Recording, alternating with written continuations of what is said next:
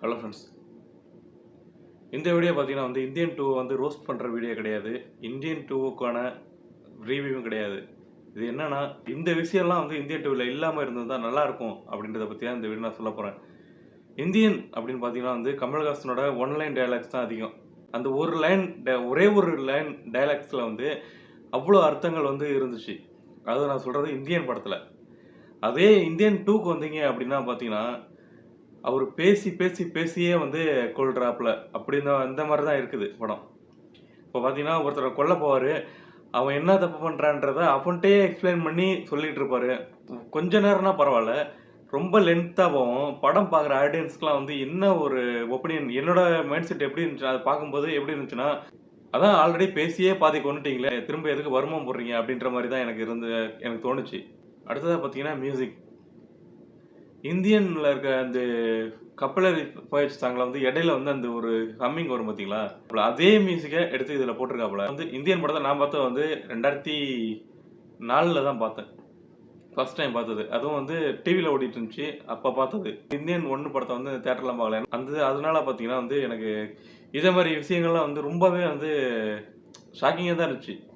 அதோட main disadvantage என்ன அப்படின்னு பார்த்தீங்கன்னா இந்த படம் சங்கர் சாரோட படமா, நம்ம ஒரு சங்கர் சாரோட படத்தை தான் பார்த்துட்டு இருக்கோமா அப்படின்றதே எனக்கு டவுட்டாக தான் இருந்துச்சு. இப்போ சங்கர் சார் படம்லாம் நம்மளுக்கு தெரியும். அடுத்த சீன் என்ன வரப்போகுது, எப்படி வரப்போகுது அப்படின்றது நம்மளால கணிக்கவே முடியாது. அதாவது ஏகப்பட்ட எடிட்டிங் இருக்கும், ஏகப்பட்ட பொருட்செலவு இருக்கும், எல்லாத்தையும் அப்படியே ஒரு ஷாட்டில் காட்டியிருப்பாப்புல நமக்கு சங்கர் சார். ஆனால் இந்த படத்தை பார்க்கும்போது எனக்கு சங்கர் சார் தான் எடுத்தாரா அப்படின்ற ஒரு சந்தேகம் படத்து ஸ்டார்டிங்லேருந்தே இருந்துகிட்டே வந்துச்சு. சங்கர் சார் எடுக்கிறது பதிலாக வேற யாரோ எடுத்திருக்காங்க அப்படின்னு தான் நினைக்கிறேன். ஏன்னா அந்த மாதிரி தான் எனக்கு படம் ஃபீல் ஆனிச்சு. ஒரு சங்கர் சாரோட படத்தை பார்க்குறோம் அப்படின்ற ஒரு ஃபீலிங்கே இல்லை. அடுத்ததாக பார்க்கணுன்னா, இந்த படத்தில் முடிய போகிற கட்டத்தில் ஏன் நான் வந்த வேலை முடியல அப்படின்ட்டு பார்ட் 3க்கு கொண்டு போகிறாங்க. படத்தை லென்த்து இந்தியன் படத்தை பார்த்தீங்கன்னா 3 மணி நேரம் படங்க. அது 3 மணி நேரம் படம் நம்மளுக்கு சலிக்கவே சலிக்காது. இன்னைக்கு சன் டிவிலையோ இல்லை கேடிவிலையோ போட்டால் கூட நம்ம அதை பார்த்துட்டு உட்காந்துருப்போம். ஆனால் இந்தியன் 2வை பார்த்தீங்கன்னா தேட்டரில் உட்காந்து பார்க்குற அளவுக்கே அந்த படம் இல்லை. ஃபஸ்ட் ஹாஃபில் பார்த்தீங்கன்னா கம்பேக் இண்டியன் போட்டு எல்லாம் ஹேஷ்டாக் போடுறாங்க. செகண்ட் ஹாஃப் பார்த்தீங்கன்னா கோ பேக் இண்டியன். இதுதான் கதையே.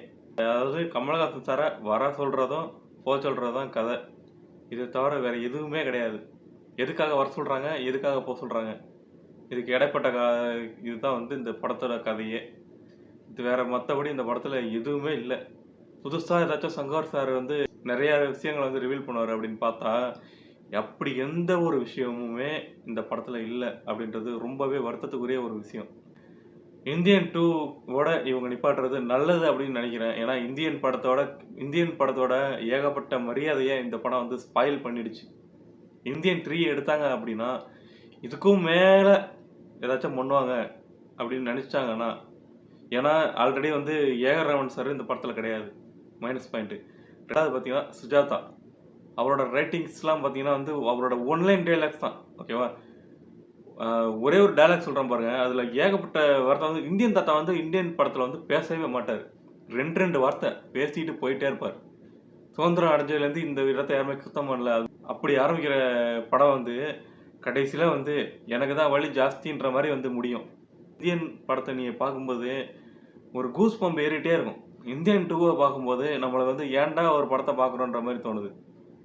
அதனால் நெக்ஸ்ட்டு இதை மாதிரி படம் எடுக்கிறாங்க அப்படின்னா, சங்கர் சார் எடுக்கிறாரு அப்படின்னா, சங்கர் சார் இந்தியன் 3 படத்தை எடுத்து ரிலீஸ் பண்ணுறதுக்கு முன்னாடி அவர் யோசிக்கணும். ஏன்னா ஆல்ரெடி இந்தியனோட மரியாதை போயிடுச்சு. இதுக்கப்புறம் வரப்போகிற படத்தில் என்ன பண்ண போகிறாரு, என்ன நடக்க போகுது அப்படின்றது எனக்கு உண்மையாகவே தெரியல.